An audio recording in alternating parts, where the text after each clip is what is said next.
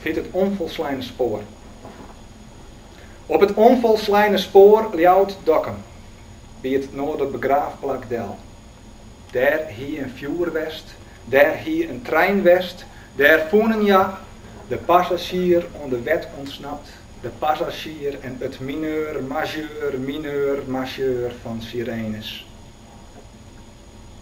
Daar wie een vuur en flarde vlammen uitsparken op een zweef in diepe nachten. En daarachter de verzilveren offers, kitten en biels. Daar wie een vuur midzimmernacht en die ter oorsprongen zijn waar een vreunskip ta, voor wet en tijd net te begrijpen. Bij tijden liek het alle poëzieën tijd vergriemen. Maar zet een wut die op het goede spoor. Een wut eenvoudig liek als trein of vreun of passagier. Dat een wut is een spoor, is een trein, is een reis naar een vreun. De passagier wacht het op geen trein. En nog een uren op geen trein. En nog een uren op het goede spoor.